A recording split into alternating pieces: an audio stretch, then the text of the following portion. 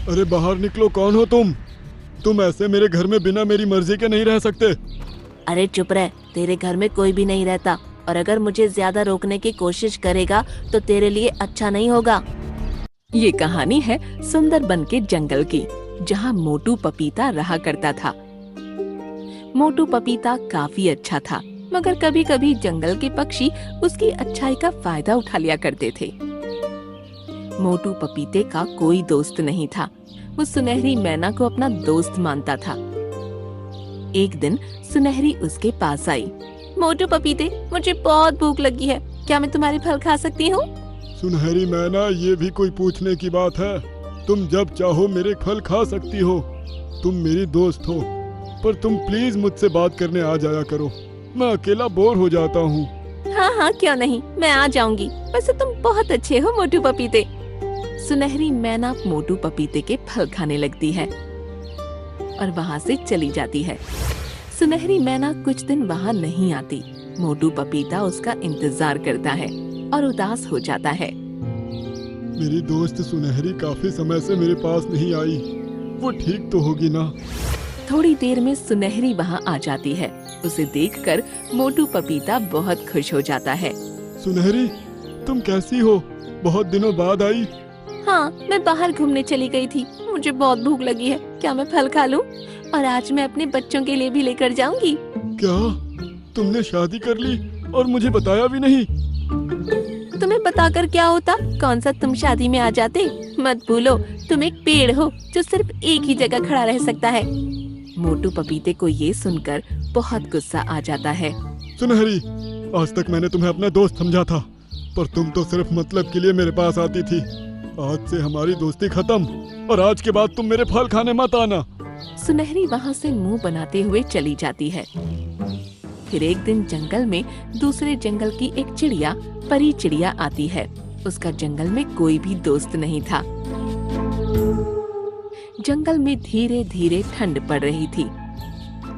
एक दिन नीलू तोता जंगल में आया और वो मोटे पपीते के घर में बिना उसकी मर्जी के रहने लगा। अरे बाहर निकलो, कौन हो तुम? तुम ऐसे मेरे घर में बिना मेरी मर्जी के नहीं रह सकते। अरे चुप रह, तेरे घर में कोई भी नहीं रहता और अगर मुझे ज्यादा रोकने की कोशिश करेगा तो तेरे लिए अच्छा नहीं होगा। वहीं से परी चिड़िया गुजर रही थी और वो देखती है कि मोटा पपीता परेशान हो रहा है। तोते, तुम बाहर निकलो, तुम ऐसे किसी के घर में नहीं घुस सकते। अगर तुम बाहर नहीं निकले तो मैं जंगल के सभी पक्षियों को बुलाकर तुम्हें पिटवा दूंगी। नीलू तोता घर से बाहर आ जाता है। तुम कौन हो? कुछ ज्यादा नहीं बोल रही? तुम भी ऐसे किसी को परेशान नहीं कर सकते। नीलू चुपचाप वहाँ से चला जाता है। तुम्हारा बहुत बहुत शुक्रिया परी चिड़िया। मैंने आज से पहले तुम्हें इस जंगल में नहीं देखा। हाँ, मैं अभी कुछ दिन पहले ही आई हूँ और अपने घर के लिए लकड़ियाँ ढूंढने निकली थी, इसलिए मैंने देखा कि तुम्हें कोई परेशान कर रहा है तो मैं मदद करने आ गई। अगर तुम्हें घर में रहना हो तो मेरे घर में रह सकती हो। नहीं नहीं, मैं खुद अपना घर बना लूंगी, आप चिंता मत करो। मैंने आपकी मदद की, इसका मतलब ये नहीं कि मैं आप पर बोझ बन जाऊं। नहीं नहीं, ऐसा कुछ भी नहीं है। तुम मेरे घर में रह सकती हो।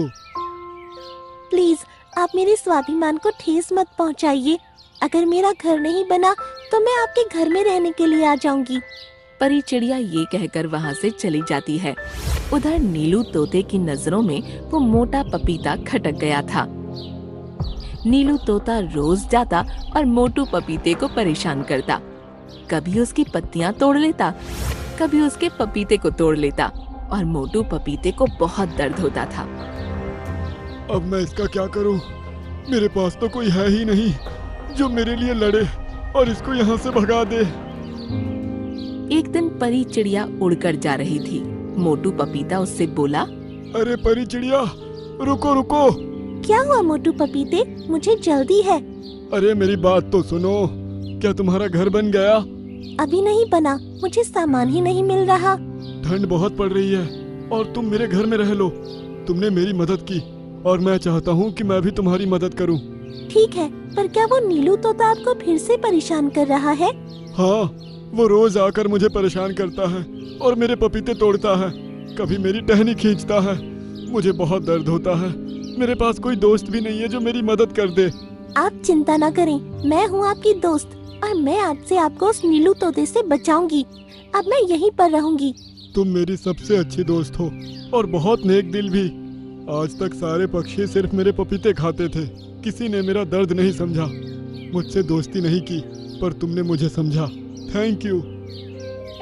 और उसके बाद परी चिड़िया मोटू पपीते के साथ रहने लगी और कुछ दिन बाद नीलू तोता उसे परेशान करने आता है। परी चिड़िया अपने साथियों को बुलाकर नीलू तोते पर वार करती है। चिड़िया, इसे अपनी जीत मत समझना। कब तक तुम इस मोटू पपीते को बचाती रहोगी? एक ना एक दिन तो ये अकेला होगा। उस दिन मैं इसे सबक सिखा दूंगा। ये कहकर नीलू तोता वहाँ से चला जाता है और परी चिड़िया सोचने लगती है, नीलू तोता जाते जाते सही कहकर गया।